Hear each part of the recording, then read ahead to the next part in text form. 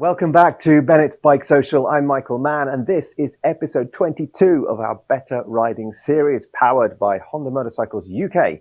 So, if you want sharper skills, smarter tips, and the confidence to ride better than ever, stay with us because we've got plenty to share.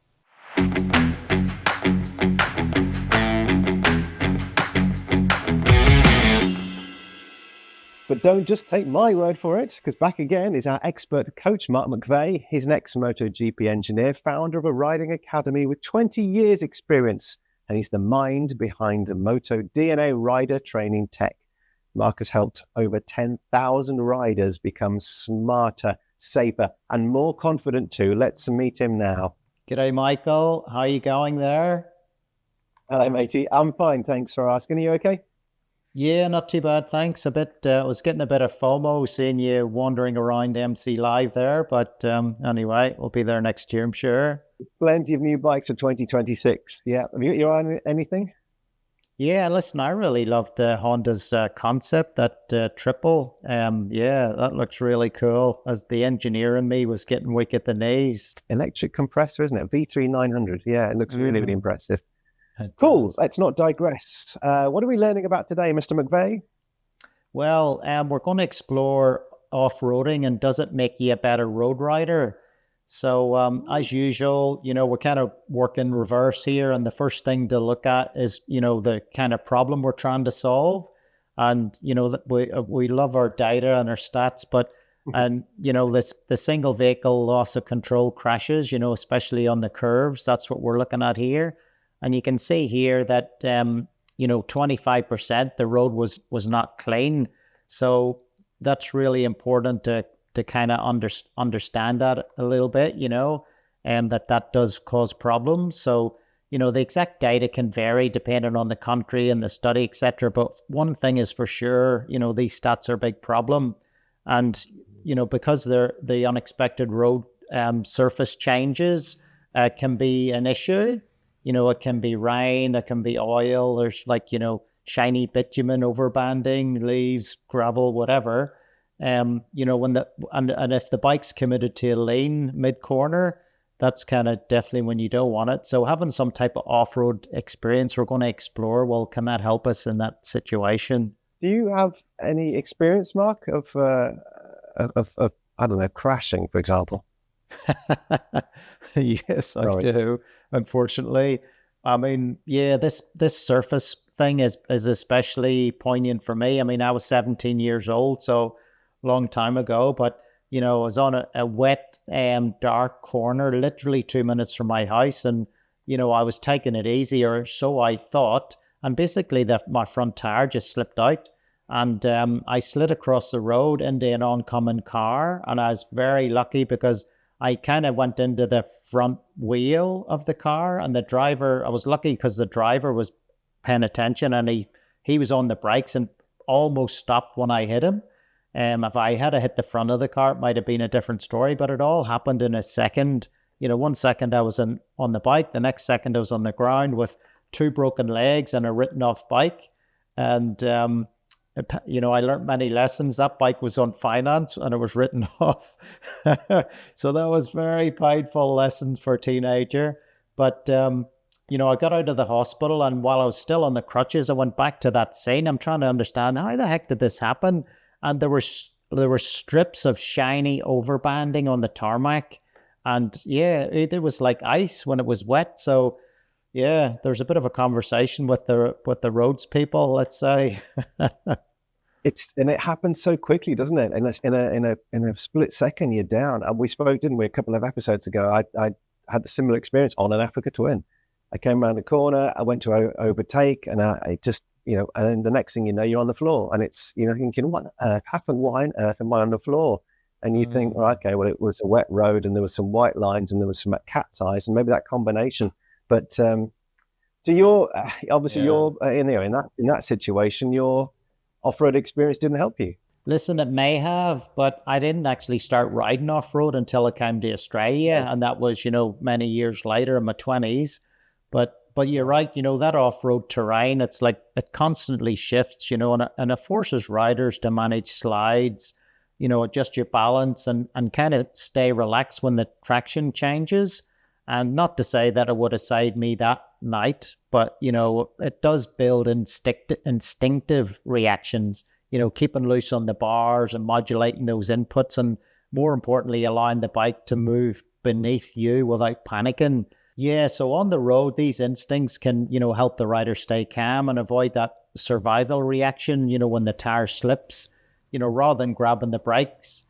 And while no rider is immune to crashes, especially on unpredictable surfaces, I think, off-road skills can significantly, improve the rider's ability to detect and manage and recover from traction loss in corners. Yeah, I get it. Mark, you've often talked about aviation principles and your sort of following of that as almost like a guide.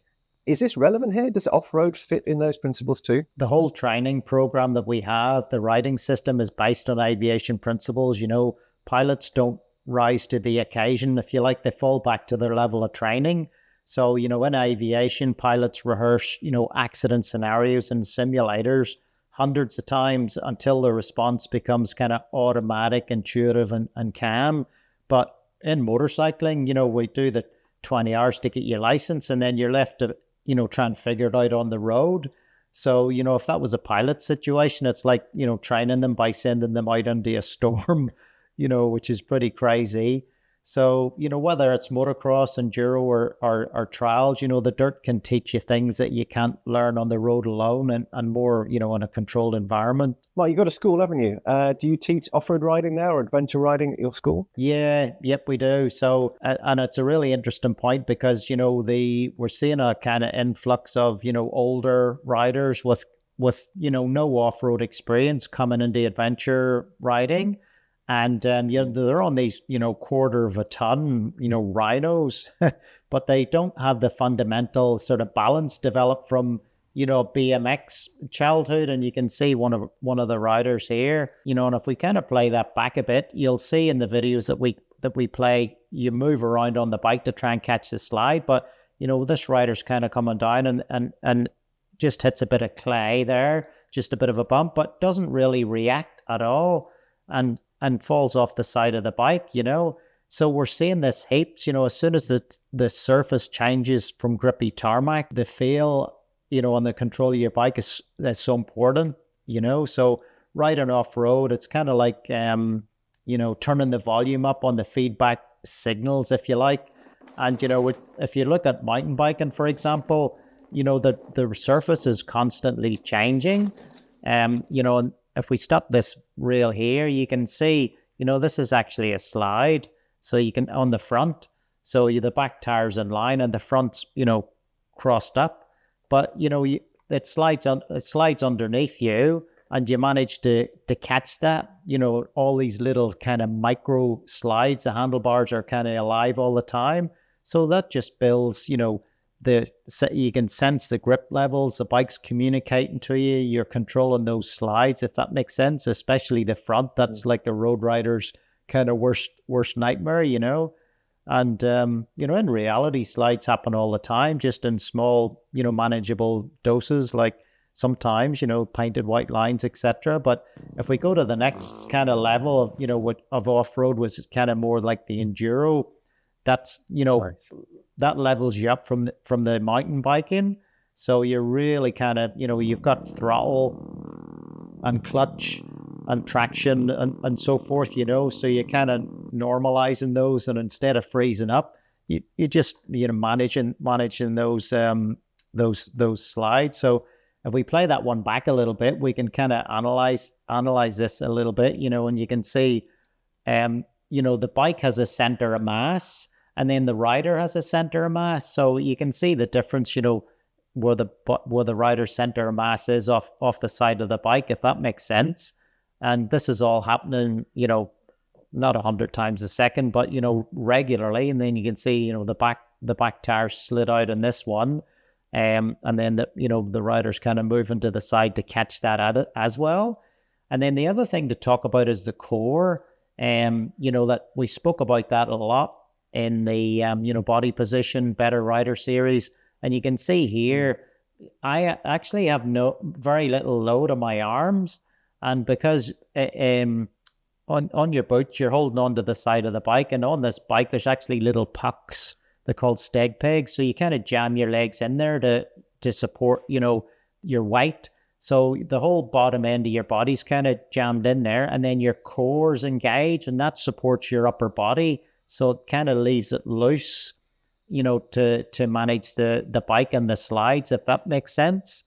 So yeah, it's just a really important thing that we find, to keep your arms loose and and your torso sort of floating around, if that makes sense. It looked like you were bending so far forward on that, deliberately so, obviously to keep your weight forward so you could see where you were going too. Yeah, well, maybe a little bit of that, but the thing is just the center mass of the rider. We're roughly a third of the combined of the rider and the bike. So, where you put that weight's massive. And if you think about when you're riding your road bike, you see riders and they don't really move at all compared to being off road. They've kind of, got that death grip on the bars, and they're, the body weight's, poorly distributed sometimes. So the bike kind of feels like heavy and unpredictable. But, if you're training off road, then it's a whole kind of different ball game, right? And it also helps reduce fatigue as well. And so you can ride longer and safer, if that makes sense. You can get into a zone then, can't you? The more understanding you have of a bike and its movements and its reactions, and your reactions, therefore. So, as we've been saying throughout this entire series, it's all about practicing the right things to make you better. Exactly right. All right, Mark. So with all this off-road knowledge, does it help you, or can it help you with the sort of the more slow speed skills? Yeah, absolutely. I mean, you're not going quick all the time. And often, you're like this rail here going downhill at low speeds, uneven ground over obstacles. So you've got that kind of clutch and, throttle finesse going down. And, the ability to keep your kind of head up and your eyes scanning, that's important too for that slow speed balance. And you can see in this one too. And riders who kind of skip this type of training, they often struggle at car park speeds or in tight U-turns. They have a wobble or dab their foot or, panic, when the bike feels unstable. But with this off-road training, you treat slow speed as second nature. That balance comes from your body and, trusting the bike's geometry, if you like.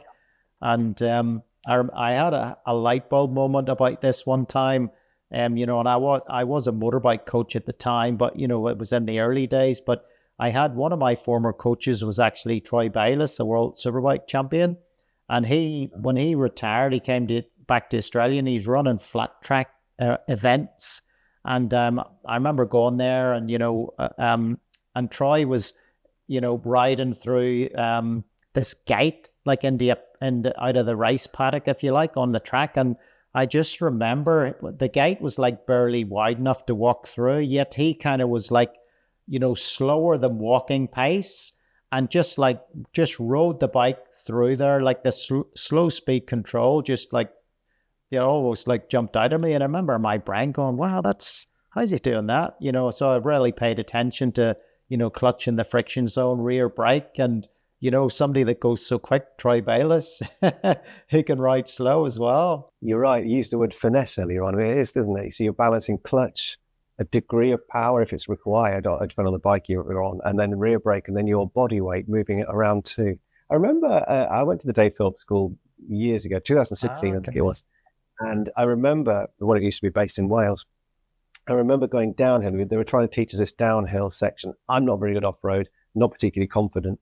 I think actually with all newbies to adventure bike riding or off-road riding, your interest and your aptitude and your ability, your what's the word I'm looking for? Your confidence, it kind of goes up in increments, doesn't it? It's for small little bits. Any kind of win, any kind of bit that you don't fall off and you think, yes, I can do this. And all of a sudden you think you're some kind of off-road god. And then the tiniest little slide and you almost put your pants and you think, oh no, I'm rubbish. And it becomes tumbling down again. Anyway, the point is, I remember one bit, like you said, we're on big 240, 250 kilo bikes and you're going downhill. They're saying up to you, don't don't stamp on the rear brake to slow you down. Because all you're going to do is slide, aren't you? Slide the rear. Don't grab hold of the front brake. All you're going to do is slide and wash away. You've almost got to rely on the engine brake in that case. And how does it help, or can it help with vision? With, you know, because you're not just looking right in front of you, are you, on that particular pothole or that, you know, big rock? Yeah, that's exactly right. I mean, this enduro and adventure, one of the things about it compared to like road riding is that everything's a surprise. So, you know, like the trials, they change day to day. You know, I was out last week and then out again this week on the same trials, but there was a big storm and there's rain had washed the track away. There was trees down, there's rock slides. So, you know, everything comes as a surprise and you need to react quickly, you know, compared to like kind of riding on the road as well. And, you know, if you, like you said, if you stare at the rock, you know, you're going to hit it. You know, you learn to look up and scan as well. And, you know, the bike kind of naturally guides along at that. But same on the road, if you look at a pothole on the road, you hit it. But, you know, you look through the corner, you carve through it smoothly. So I think off-roading really tunes those vanishing points and scanning. It's very much like picking your line, isn't it? You've got to pick your route when you're riding off-road and then in the same way, if you try and approach the road riding with the same principle, you know, plot your route, whether it's, you know, finding that vanishing point, finding that next obstacle or danger or potential hazard in there. Again, we've spoken about it previously about looking ahead. But in your training, you've got the 3 pillars, haven't you? Do they address, or are they relatable to off-road riding? Yeah, absolutely. So the main one, if we refresh, you know, skills all about machine control, and then the craft is the road craft, the hazard perception, and then mind, you know, that's attitude and cognitive bias, you know, and knowledge, etc. So the main thing that the off-road helps is the machine control, obviously, you know, controlling those slides, and that's what we've kind of discussed so far. But there is also benefits for mind. So, you know, off-road riding, like it's not just physical, it is very mental. You know, you fall more, like this is a good one. Not afraid to make a lot of mistakes. Like you were saying before, you think you're off-road god, and then, yep, you're not, you're upside down. So, you know, that builds like resilience. You get stuck in the mud, or, you know, I got to pick that bike up. It's on like a 45-degree hill. There's mud, you know, that builds resilience and, you know, problem solving, you know, it teaches that mistakes are kind of part of the game, you know, and that kind of gives you that mental toughness, you know. So, you know, when you get a bit of rain or wind, or, you know, you're on the M25, there's no reason to panic, if that makes sense. Speaking of benefits, Mark, have we covered everything? Is there anything else? Are there any benefits to off-road riding? Yeah, I guess, you know, finishing thoughts is, you know, you burn a lot of calories and you get strong. It's super fitness orientated. So, you know, riding on the road is definitely not as physically demanding, you know. So I think that's a big one. And if you're fitter, you know, you've kind of got more headspace for focus and reduced fatigue and faster reaction times and stuff like that. So that's a big benefit, I think. That's a real big win. I think I have to do maybe post-Christmas. I'll do a bit of you can't see me patting my big tummy now, but I should be doing lots of off-road in the new year. All right, look, bringing it back to road riding then, how can you sort of integrate off-road riding or maybe mountain biking into the riding development? Yeah, exactly. Just start, right? So mountain bike's the obvious choice. You know, it's easy. You can get a cheap bike and you just start. Or, you know, you could rent a bike, or, you know, Dave Thorpe's Honda Off-Road Center springs to mind. So that's a good one. But the key thing's the skills, you know, not the speed, you know, practice those slow speed, the balance, the body position, etc. And then you can transfer those lessons to the road. You know, next time on the road, pay attention, you know, how to feel the traction, how you use your core, you know, keep your vision up, you know, all those things are important. And, you know, the dirt will remind you that you're always learning, which is, I think it's a valuable mindset, you know, for every rider. For me, last week, I was out with a guy who's training for the Romaniacs, which is a hard enduro So I thought I was going good, and then I went out with this guy, and no, I've got a long way to go. It's like being on a track, isn't it, with someone who races professionally and they just come skipping past you and disappear into the distance. Think, oh my, I've got a long way to go. Yeah, Mark, I worry that we talk a lot, don't we, in these episodes, and there's a lot of information to pass on. But have you any sort of final thoughts? Maybe we can wrap it up. Yeah, I guess it's not about replacing your kind of roadcraft training.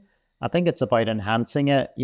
I speak a lot, and I see it in the school. If you've got high machine control skills, you've got more headspace and more, more ability to focus on the road craft.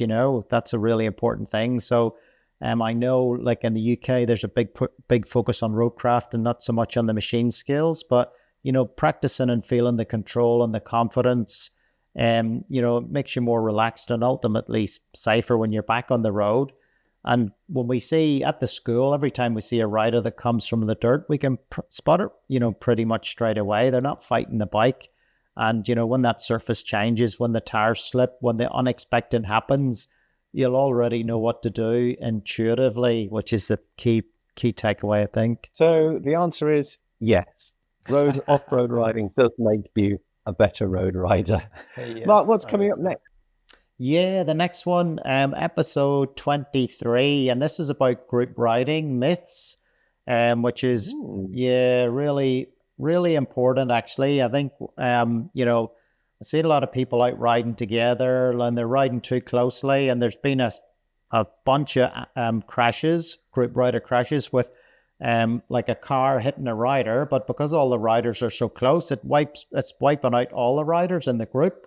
That's happened. And then I've also seen lots of riders crashing into each other in a group.